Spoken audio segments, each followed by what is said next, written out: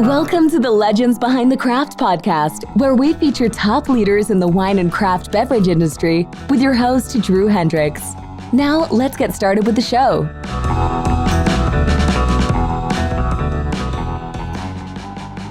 Drew Thomas Hendricks here. I'm the host of the Legends Behind the Craft podcast, where I talk with leaders in the wine and craft beverage industry, from tech companies that enable wineries to run at optimum efficiency, to today's guest, Tony Haber, who leverages augmented reality to create a one-of-a-kind experience for his wine brands.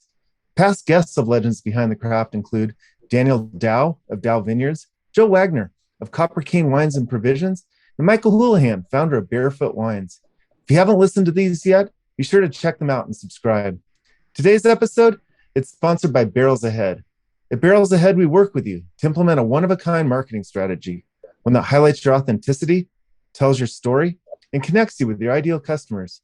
In short, we help wineries and craft beverage producers unlock their story to unleash their revenue. Go to barrelsahead.com today to learn more. I'm super excited to talk today with Tony Haber.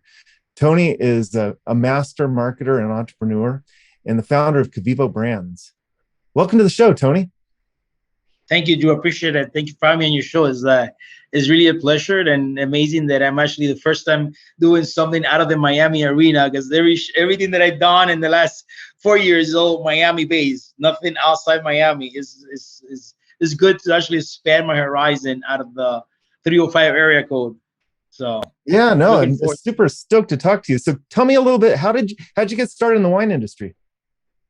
I'll make it short. I started in 2009. I worked for Diageo for a little bit as an assistant brand manager to the Don Julio. David Huffman, who's now venturing to, I have no idea. I haven't talked to David in years and years. And then after this short time, I started my own business, the mixer business. I started my own mixers for ready-to-drink cocktails, like skinny margarita concept with the alcohol. I did that for many years. And after many years, I decided to I went back into the wine side of the world and the spirit side, created my own company by myself. Previously, I had a partner in the business. I decided to do this on my own and use my experiences and my skills to build my own company. I started wine with one particular brand out of California called Crazy For You in Spanish, Loco Por Ti. And then now I expanded to about 26 different wines in 4 major retail markets in Florida. And now I expanded to Virginia and Total Wine with the brand. And actually launched my first Cuban style beer, because we can say it's Cuban because it's made in Portugal. Even though it says recipe of Cuba is a Cuban brand, it's still considered a Cuban beer. We launched that it was almost a year ago, and we're already into Publix, the Walmart, Total Wine, every major supermarket. We're doing super well. We're growing every year. We're about to sign a deal with the cruise line so people can enjoy Cuban beer from all over the world when they come to Miami for a cruise. So that's going to be super cool to be able to, bring our culture into the cultures of other countries that come to the U.S. to enjoy our cruise ships out of Miami and the rest of Florida as well. Now, I have not had a Cuban beer. How would you say it's distinctive to another beer? Listen, there are very similar. Cuban beers are similar to a Corona. It's a Caribbean style lager. That's what it is. An American lager with a little bit of Caribbean style, basically. So it's soft, it's light. And you have the darker lager, which is a little stronger, for those people that want to feel like that the taste notes of the hops, So you got that light beer that's really refreshing for the summer. Remember, Miami is 90 degrees almost 90% of the time, Drew. Yeah. So it's really difficult to drink a heavy beer or a heavy wine when it's so hot outside. You want something that's light, refreshing, that's not too heavy in your body. And that's what we got. That's what Cuba is about. Cuba is about refreshing beer. Cuba is it's hotter than Miami. It's closer to the equator. So most of the time it's even hotter than Florida. So what you get is the hot temperature. So you need those lighter beers that kind of create a refreshing moment when you're under the sun and the beach and the pool. Remember, almost every house has a pool in Miami. So what do you do on the weekends? Do the barbecue, go to your pool, get a beer, and there you go. You're good to go. And that's what we bring. That's what kind of the styles, a refreshing, light. There's 2 types. There's a light beer, which is a classic, and then you have the Fuerte, which is a 5.6 lager, little stronger, little hoppier. Gives you a little notes at the end of the beer that makes you feel you're drinking something stronger. So for the people, just like wine. So people like lighter wines. People like heavier wine. Same thing with the beer. You get lighter beer, darker beer, stronger IPA. So that's what we do. We have the 2 options and the 2 main popular beers to Cuba, which was Cristal and Bucanero. Yeah. How were the? I mean, so the beer is imported from Cuba or in No, your? they're imported from Spain. Oh, from Spain. Okay, because I was Yeah, wondering some of the Cuba challenges has an that embargo. they have the Cuba has an embargo. embargo. First of all, the brands that are owned by Cuba, they're really not owned by Cuba. They only sold in Cuba because they really belong to people who live in the U.S. And there's a Oh, okay. whole legal thing against Cuba and Oh, well, sure. incredible. It's like Bacardi and Havana Club and all the brands and like the government of Cuba done a lot of things that are not really proper in culture, as Mhm. you say in a proper way, and they have done things that they would not be allowed in the U.S. Okay, Basically, and sure. their laws is not the U.S. law. We live in the best country in the world. I think we have the best law system. Sometimes we may not agree with some of the decisions that are made, but we're still the best country in the world. Mhm. Okay, we're not going to be perfect. It's impossible to be perfect, but at least for the majority of the time, we are blessed to be here compared to other countries in the world. Okay, and the ability that the law is very, very fair and Mhm. protects the business among compared to 99% of the world. I think we need to appreciate that, and that's a different. That's when you see that a country like Cuba that doesn't respect the trademarks of or not only trademark but patents from companies. They do whatever they want because they're the government. They own everything. Versus the U.S., when you work hard and you create your own trademarks, your own patent, the government protects you to make sure you can grow as a Mm. businessman. You can give back to the community. You can give back to the government because they protect you to make sure you were successful. And that doesn't happen in countries like Cuba. That's the difference. Oh, sure. For sure. You're showing me in the pre-show. You have another a spirit. It was a Yeah, rum absolutely. We guayabita. just launched. Yeah, Tell me Guayabita about de that. Pina. Okay, Guayabita de Pina was born in 1892 in Pinar del Rio, in the northern part of Cuba, which has the little Pinar del Rio, the place where it was born. And Uh-huh. let me go here. There you go. You can see I it. can see it. Oh, yeah. There you go. Well, so basically, there's a dry rum and there's sweet rum. We actually made a mojito and a rum and coke with the rum and using the Cuban formula for Coca-Cola, which is called tu cola, right? The Mm. Coke in cola formula.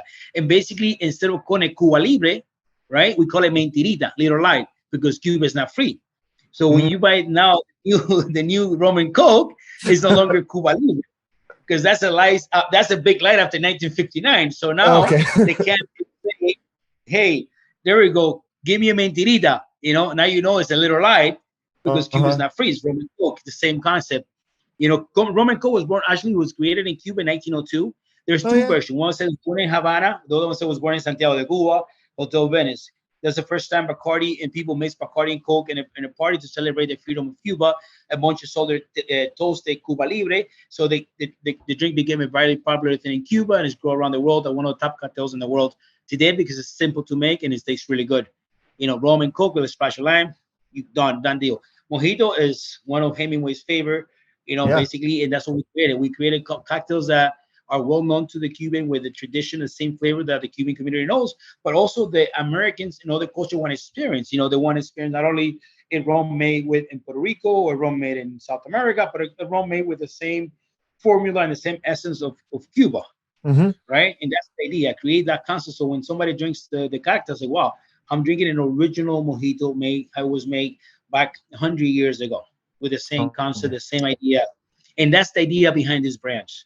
Yeah. Yes, another one that I'm going to talk about, which I want to mention. This is the first Colombian. You see this right here? This Oh, is yes. aguardiente. Totally. Oh, yeah. That's a The mango verde. fire water. This is the first cocktail made with aguardiente in the United States to represent Colombia. Guarito. To see that the Colombian Oh, flag, yes. and guarito means guaro, which means shot in aguardiente. So Mm. people, when Colombians see this, they've been having these cocktails for the last 200 years. They Hmm. never had it in a can ready to go. Now they say, "Give me guarito." There you go with green mango. Have you seen a green mango flavor in an RTD before? I can't say that I have. So yeah, why? Because in Colombia, when Hmm. you drink aguardiente, you drink it with green mango. Oh, So the idea is to keep this original. So when people taste the product, I'm not saying, hey, try this something that I created with aguardiente from your country. No, this is what you drank in Colombia. I'm going to give you what you love and what your family know and what you already know. so I'm not targeting going to change the product. The whole Colombian population. So you've got the Cuban population, you've got the Colombian population, And the marketing Puerto to Rican and the Puerto Rican. So talk to me and about. I the mean, what are the so there? every one of these countries has its own kind of marketing challenges. Like Latin America is not a homogenous group. What are the challenges when it comes to marketing to Latin Americans? God. Drew, is difficult. Let me tell you, because what I learned, what works in the Colombian market doesn't work in the Cuban. What works in the Cuban doesn't work in the Puerto Rican. When the Puerto Rican doesn't work in the Dominican. It's crazy. And we all speak Spanish, but you cannot focus the same advertising to the community. But you have to be very niche oriented when you're trying to conquer a specific demographics of the Hispanic market. For example, a Cuban was not going to drink this. You give a Cuban aguardiente, they're going to go, oh my God, it tastes really horrible. A Colombian person will drink this, go, oh my God, this is the best thing I ever had since God was born. That's what a Colombian's going to say. Cuban's going to go, oh my God, get that away. That's just the way it works, So now you give a mojito to a Colombian, they're going to drink it. You give it to a Cuban, they're going to drink it. It's ironic. But Cuba will not drink an aguardiente. Okay? You get a pisco sour from Peru. Peruvians will drink it all day. Everybody will drink it all day. But for you to go to the supermarket as a Cuban, pick up pisco sour or mojito, what do you think the Cuban's going to do? If you have a choice, you're going to pick mojito. So you don't market a Peruvian drink to a Cuban because they're going to be, okay, I'll drink that when I go to the Peruvian restaurant to have some ceviche. Other than that, I don't want to taste it. It's not like a regular thing for them. The same thing with the Colombians. Colombians would rather have an aguardiente than a mojito rum all day because that's what they grew up with it. That's what their culture is. They go to a restaurant, say, they want give me a bandeja paisa, which is the meat with the eggs and the tostones and with aguardiente. They're not going to go to a Colombian restaurant. Hey, give me a mojito with a bandeja paisa. It doesn't exist. So every Hispanic culture, even the Mexican is different. A Mexican is different. A Colombian is different. Panamanian is different. Nicaraguan is different. Dominicans are completely different than Puerto Ricans in all the aspects. Cubans as well. Even though 3 islands in the Caribbean, we all drink differently. We all have different palates. We all have different flavors. Even our food is different. Oh, sure. Even we eat the rice and beans different than Puerto Ricans and the Dominicans. Okay, we can say gandules, arroz con gandules, rice and gandules. You know what that is? I had it. It's the green beans of frijoles, green frijoles. Cubans don't like that. Cubans like the black frijoles in the rice. Honestly, when you don't give a Cuban gandules con arroz, they're gonna be like, oh my God, this is not what I like. Dame arroz con frijoles, and the same thing with Dominican. Dominican's gonna have coconut with the rice. That's their favorite thing. Sure. Or the overcooked rice in the bottom, con.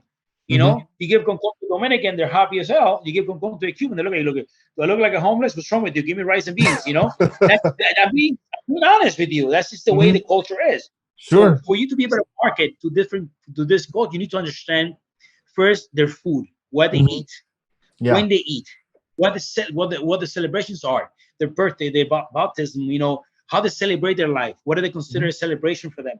Once you understand those things, because you create a cocktail or your own brand, you can modify it to say, I want to fit into a particular demographic that has this celebration that my brand can fit into. So you start marketing to the Puerto Ricans for their anniversary of Freedom of Puerto Rico. You put a little Puerto Rican flag, say Freedom Puerto Rico in your brand. Give an idea. So Puerto Ricans know when they drink in this brand, they're celebrating their freedom. It's only for the freedom of the day. You see what I'm saying? Then you are starting yourself to those particular niches where your brand is getting recognized. When I had that drink in the day of the Freedom of Puerto Rico and I liked it. You know what? I'm going to buy it again because it was a good drink. So how you penetrated the market because you were particularly going after a specific celebration of Puerto Rico for that particular day with that particular brand. When you got all these people to for that particular reason, then you might have a return on those consumers. And then you start building your brand from there, as a brand that believes in this particular celebration of Puerto Rico. That's just an idea, right? So with cocktails, I can see the cocktails have a lot of the national flavors in it, but you also have wines in your portfolio. And now what are marketing wine to the Latin American audience with so many different flavor and cultures. God. Talk to me about wine. I mean, to me, that's a challenge. That's the biggest challenge because at the end of the day, customers don't drink a label. Customers drink what's inside the label, inside the bottle. I apologize on that. Yeah. So what I wanted to do is how do you differentiate yourself and go after a specific consumer market of consumers today? What are going after the traditional labels of wine? Okay. If you go into a supermarket, Total Wine has 10,000 wines. Yeah. They all look the same. They have the same different name, but look the same. I wanted to create a wine that was more gated for the younger community, people that love to use their phone with augmented reality, the new millennials, the people that believe in the love. It's something specific. Give you an idea. This is, for example, this is the Spanish version of Loco por Ti. You can actually play the app, and the cartoons will tell you love stories in Spanish or English. By the way, I have the only augmented reality app that you can actually works in Spanish or English for both languages. Oh, nice. Yeah. My app is Spanish bilingual. So the Spanish person can scan it and it'll be in Spanish, and an English person can scan it, it'll be in English. You choose the language on the app. Does the app automatically choose the language, or do you get to? No, you pick the language. You get to pick the language. Now, walk us through how your augmented reality works. Talk to me about that. Absolutely. Okay, there's an app. So, for example, this one called Qvivo, like B as in Vivo. My company is Qvivo. So what I did with the apps, I took the first letter and changed it to the name of the app, like Qvivo. Okay. So Qvivo, right? So it's easy to remember my company. So you download the app, and you got two options. You can scan the bottle, right? For example, you can scan the bottle. I don't know if you're gonna be able to see this. Like you is see it a QR code? Is it a QR code? No. The label is no QR code. It's the label. Oh, so the label just recognizes it. Okay. Yeah, absolutely. Let's see. You press OK here. You see that? You press scan. And then you press here, and you pick the language. English, Spanish, yes. You see the language is either Spanish or English. Top. So you pick the language, then you pick the label, right? And then all you have to do, for example, look at this. If you can see that. Let me see if we can see that. See that? Almost see it. Yeah, a little bit more. You see that? You got to go more towards your face. There you go. I can see it. Yep. You see, it tells you a story in Spanish or English. Oh, that's neat. You see that? So that's, you can actually, it gets better though. You see, you go back here to the back, you can actually personalize you can add your personal videos or YouTube video into the wine label. So you can send somebody a text, and when they click on the text, the video you recorded yourself shows up in the wine label. Oh, okay. So you can actually yourself show up in the wine label as a personal message. Like the movie Message. Remember the movie Message in a Bottle with Kevin Costner? Mm-hmm. Did you put a little piece of paper in the bottle? Oh, yeah. Is the movie? Okay, that's what I wanted to create. I wanted to do a message in a bottle, but using technology. So you can send somebody your video or how you feel about them in a bottle of wine using the technology. That's the idea behind my technology in augmented reality, which is different than a lot of people. Very, very much so. And definitely having a bilingual will allow you to target that Latin American audience. And have you seen what sort of adoption have you seen on this as far as people actually using the app? Honestly, to be honest, we relaunched it after COVID. We had to relaunch because we had to have tastings to show people how the app works, right? And with COVID, the tastings in Total Wine have been difficult because you have to have certain distance from the consumer. You have to have a wall and a mask, so it's hard to show an app when you're like 40 feet away from the consumer. Yeah. So it's been difficult. The people that know about it have gotten around easier. You know what I'm saying? Mm-hmm. That's the truth. They learn it by word of mouth. Because I do some advertising with Hispanic shows now. They're promoting one of my apps, which is the one where the girl comes out of the bottle, starts dancing for you. Listen, that one is for bachelor's party, right? They say you go into a bachelor party, right? You send somebody a bottle of wine, she scans it, the girl comes out, and she starts dancing for you. You're like, what the hell? Let me see if I have that video so I can make you laugh for a second. This is very unique. I haven't seen anybody with anything like this yet. Okay, 1 second here. I'm gonna find this here. Two Nalguitas. Okay. Look at this. Let me see. Okay, let me show you this. Oh shoot, no, not you. This here. Okay, hold on a second. I want to make sure I show you this. Let me see. Can you see this? Okay, look at this. You have to. What you got it? Oh, there you go. Yeah. Oh, I see. Oh, yeah. So she just jumped right out of the bottle. Yes. You see that? She's what, twerking or doing a little dance there for people? Yeah. Yeah. So that's the idea and that brand, That's pretty cool. So I had to step out of the box, Drew. Okay. I can't compete with Gallows of the world, the Treasure of the world. They have billions of dollars. I'm a one-man show, right? And then I've been able to get into. Now I have a few people working with me. I have We have a few people on the team, like 3 or 4 people on the team now. They're helping to get this to the level it needs to get to. But I was by myself for 4 years. Yeah. So I said 4 years, I was able to break into Total Wine, Fresh Market, CVS, Fresh Wimas, Fresh Market, also Total That, Wine in that, Virginia.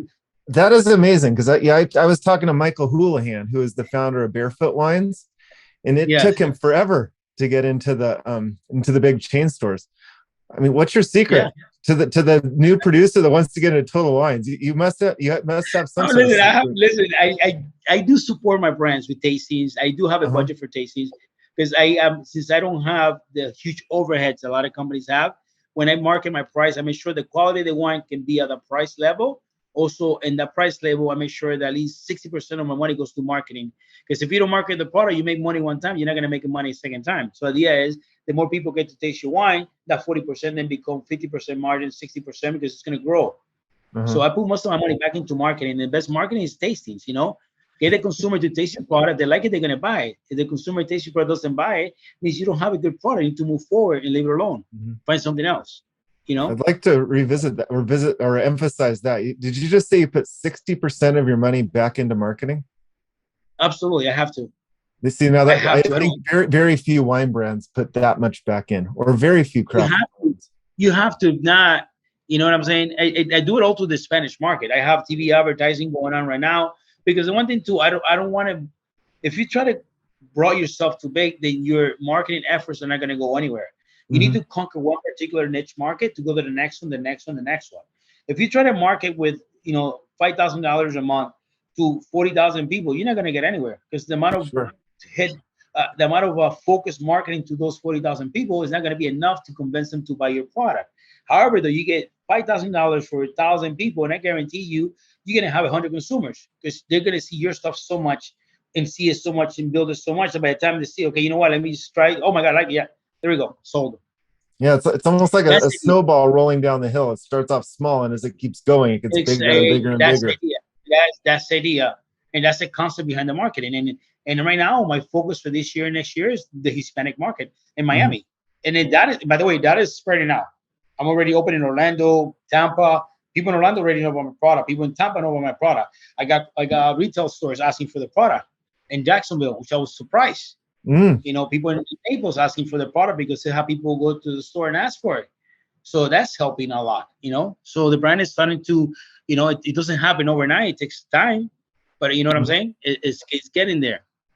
I think the most important thing that my distributors, which I'm blessed to be part of those distributors, they know I support my brands with tastings, with marketing, with TV ads, whatever it takes to make sure they have their support so that when they sell a product to their consumer, which is the retail side, that retail side is confident that I'm not going to just sell them a product, let it sit in the shelves and collecting dust. I want that product, that real estate in that store to continue to produce money for that store. That's excellent. The niching down, putting all your money into, or putting a fair portion back into it, it's all great advice. What other advice would you have sort of to a winery or a craft beverage producer trying to market to the Latin American audience? I mean, they need to understand which Latin American market they want to go after, understand their palate profile, what these people love. They're sweeter drinkers, semi-sweet drinkers. I mean, where's the budget? What are you looking about? If you go into different areas of Miami, you have different, value on consumer, meaning that each consumer has certain demographic, has certain economic value. So you cannot market a $40 wine to a consumer in Hialeah, but who is Cuban. Now you go to Coral Gables and you can sell a $40 bottle of wine because the average income for a family in Coral Gables is $150,000. The average income for a family in Hialeah is $75,000. So that family in Hialeah is not going to buy a $40 bottle of wine. They're going to buy a $10 bottle of wine. So if you need to understand your price market and where you fit in the consumer demographic of value, okay? And then you say, you know what? I have a wine that should be sold for $40, 96 points. It cost me $20 to create it. So I need to make at least 20 in the bottle. This is an assumption. So I'm going to go after that demographic in this zip code, which the average income in the zip code is $150,000, which spending $40 for the bottle of wine is the same as the person who's spending 10 and a $75 income. So you don't go your $40 bottle of wine, you don't go sell it to the guy in Hialeah.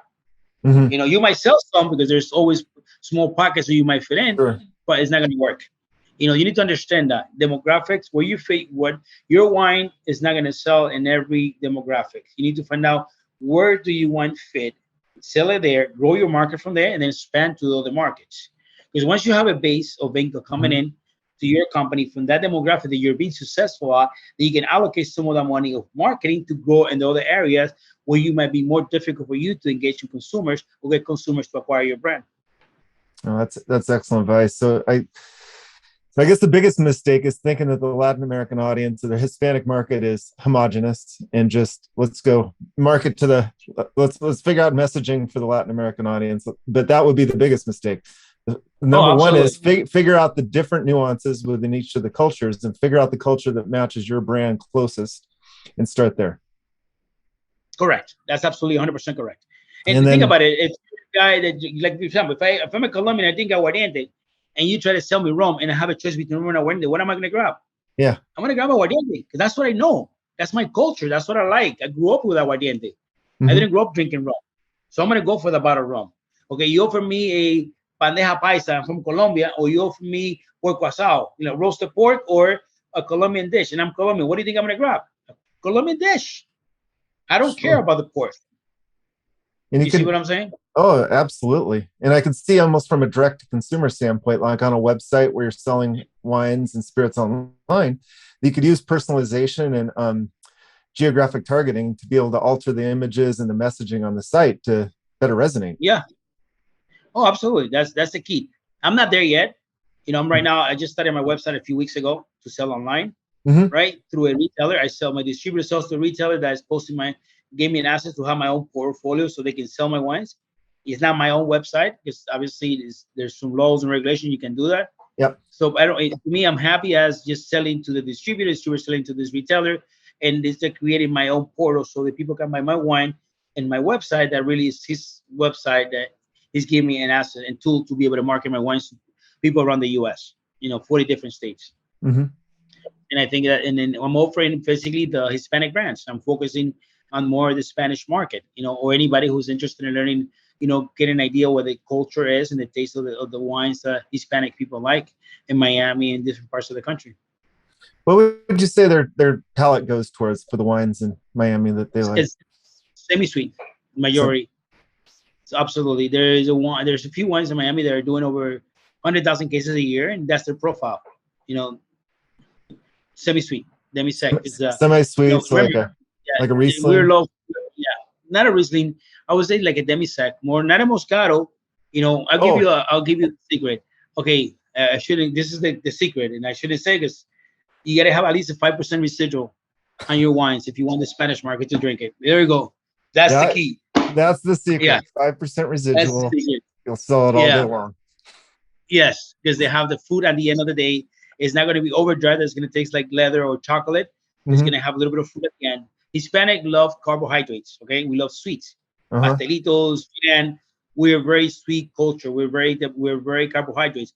In Latin America, proteins are very expensive. So people that come from Latin America to the U.S. living very economic freedom, they're not used to having high protein diets. They're used to having very, very high carbohydrate diets. Carbohydrates lead to a lot of the development of your palate to be sweeter than normal. That's why Spanish people like sweeter drinks, sweeter wines than other cultures in the U.S., except for the Afro-American community, who is very in the same tendency for sweeter than the Hispanics. That's the reality of the world, okay? Remember, most 80% of the people that migrate to the U.S. are always looking for economic freedom, okay? The opportunity they never had in their country. So when you grow up in those countries, proteins are very expensive, okay? Rice, bread, or crackers are the things that you get easier and acquire with the amount of income you can be as a poor family in South America and the Caribbean, anywhere. So we as an older person, even as a child, becomes more of a carbohydrate, sweeter palate. So when you tend to drink, you're going to go more for the sweeter side.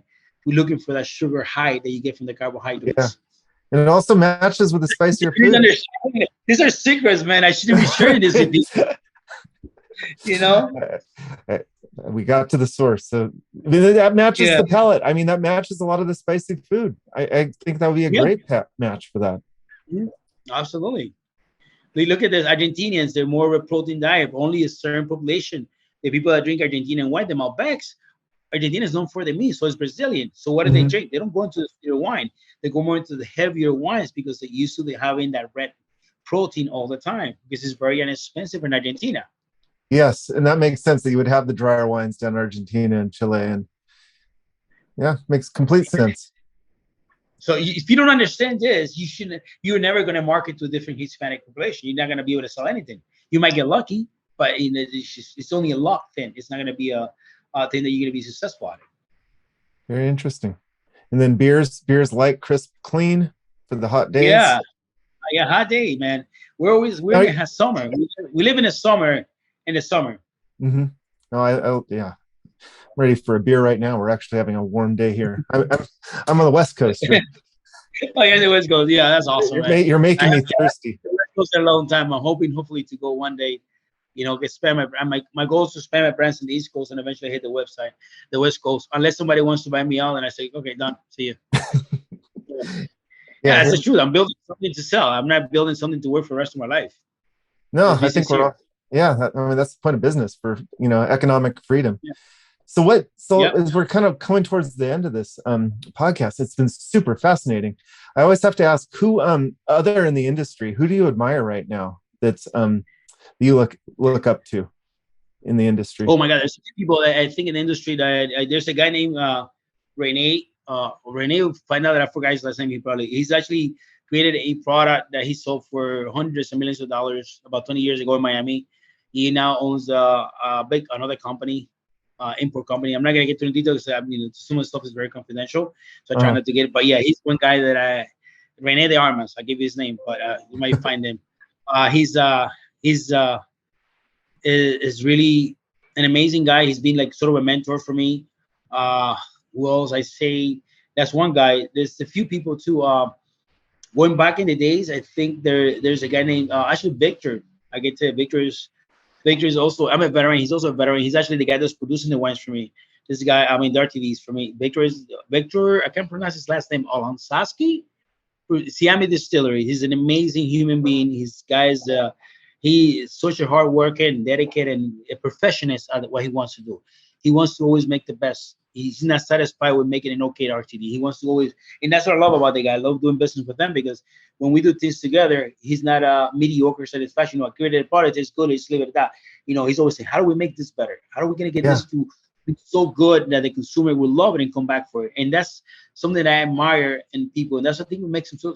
It's going to make our business successful because someone like him, yeah, someone who is dedicated to make sure he provides his best part to the business, so the business can be successful. And that's something. Another guy, Steve, I love Steve Bragg. I was my first guy who produced for me. Steve has been around for hundreds of years. Family started in 1902, wow, producing in Philadelphia mixers and cocktails and flavors. The guy's in one of the best, a genius creating product. Doesn't understand marketing yet. Honestly, I fight with them all the time. Where hmm, Steve, it's not about the best product. It's more about marketing nowadays than the best product in the bottle. uh-huh. And that's what you need to understand. And it's like, no, but I make the best product. People should buy my product because it's the best. You go, no, it doesn't work like that anymore. Can't just build Money, it; they won't come. yeah, exactly. Money buys consumers. Simple Hmm. it is. Marketing buys consumer. Advertising buys consumer. If people don't know your product, how can they buy something they don't know? Yeah, That's what marketing comes in. And that's what people don't understand. People, just because you have a great product, it doesn't mean it's going to sell by itself. hmm, You have to find the avenues to identify how are you going to get that product into the consumer's hands so the consumer can taste it and then make the purchase. So your company can become successful. You can make some money and everybody down the line makes some money. The guy that made the product, the cardboard company, the label company, the aluminum company, the hmm, trucking. There's so many people involved in this business. When your brand is successful, you're not only being successful, there's a chain of people behind you need to understand they're going to be successful in the business, including the retailer. Because when you have a good product that sells in the retail, that retail is going to make money. yeah, And that retail is going to pay that manager. The manager is going to pay their employees. The employee is going to pay the rent to the location. That rent pays the insurance of the location from your brand. So now you're helping 10 different companies with a single brand. That's something that a lot of mm, people don't understand in the business. It's not your brand what you're doing. You think about it from the perspective of your retailer. Retailer has a manager, an owner, an investor Mm-hmm. who's going to make money from the sales of your product in their store. Okay, Yeah. that investor has to pay rent, has to pay an insurance company, has to pay a truck delivery, has to pay a cleaning company, has to pay the electric bill. There's so many people in the chain that will benefit from a successful brand in that retail site. Now look at the distributor, the same thing. The sales rep, the manager, the district manager, the marketing manager of the company, the purchasing guy, the delivery guy, the guy in the warehouse, they all benefit from your brand. Now then your factory. So one brand gives life to hundreds of people. Yeah. One brand can bring food to 100 people's home and a nice life to 100 people home.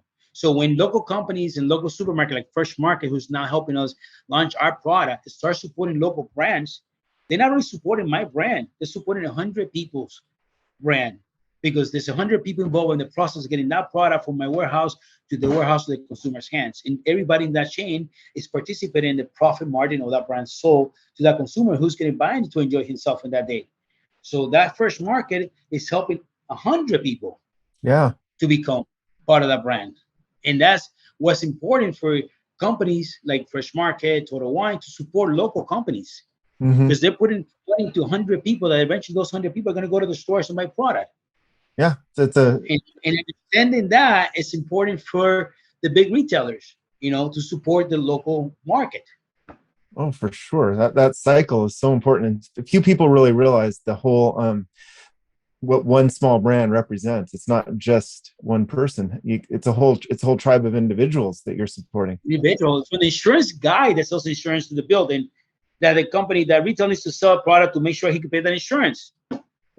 And that insurance guy has an office with a secretary and an electric and another insurance. So there's like a whole ramification of people involved in the one product that goes into the retail that will benefit from the success of a brand that's supported locally. That's a very, very enlightened view. I love that. So Tony, as we're kind of wrapping down, where can people find out more about you, Qvivo, your augmented app? QvivoBrands.com is one, and my LinkedIn account, Tony Haber. My other website is 305drinks.com, like Citgo, Miami, like 305. Miami is 305, right? Everything in Miami is now 305 Cafecito, 305 Marlin. Now I'm 305 drinks, 305 drinks. You want to drink Miami stuff? 305 drinks. There you go. Area code Miami 305. You drink.com. There you find me. 305drinks.com. My products, more about my product and my brand, the Qvivo brand website. I'm in LinkedIn. I'm in Instagram. 305 Ready to Drink, 305 Drinks, Crazy for You in Spanish. You name it. I'm up there. You put just my name, something will pop up. Well, go check it out. So thank you so much, Tony. Drew, thank you for the opportunity. Thank you for the people that follow you. I appreciate the opportunity to share a little bit of my story with you guys. And, hopefully, we could do some stuff in the future. And then, some people get to learn more about, what we're doing in Miami and, the ideas that we got coming into place and to the market really soon. By the way, note, we should be launching the first cognac RTD in the U.S. in the next 45 days. Oh, geez. We got to keep a lookout for it. Yeah, cognac and Coke. It's the first cognac Coca-Cola brand. So people can actually... What is that called? I'm not sure I've ever had that. The cognac is Caramel. It's cognac and Coke. It's like saying Jack and Coke, but a cognac and Coke. Okay. So it's like instead of rum and Coke, it's cognac, make it simple. Trying to make it simple. Eventually I create more complicated cocktails into the RTDs, but I want to make it simple, see the reaction, because it's never been done before. Yeah. Being able to put an RTD with cognac inside is kind of like, okay, how is consumer going to react to cognac already being mixed with a Coke inside in only 6% instead of 20-30%, It's making me thirsty. Dude, man, I know you cut for time. You got other stuff you want to do. Thank you. Thank Bianca for the opportunity to be part of you guys. And I want to really feel blessed to be part of your being able to be with the cast that you sat with. Your previous cast is amazing. Is the people they're the who of the wine business, the who of the spirit business. So being able to come after those guys, it's like, to me, an honor, and it's like, and it's an incredible feeling being able to talk to you, Drew. You're absolutely a legend behind the craft. Thank you. Appreciate that. I'm trying. I think I'll get there. I'm on my way. I'll get there.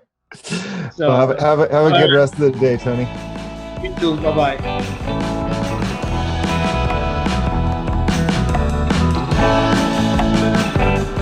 Thanks for listening to the Legends Behind the Craft podcast. We'll see you again next time, and be sure to click subscribe to get future episodes.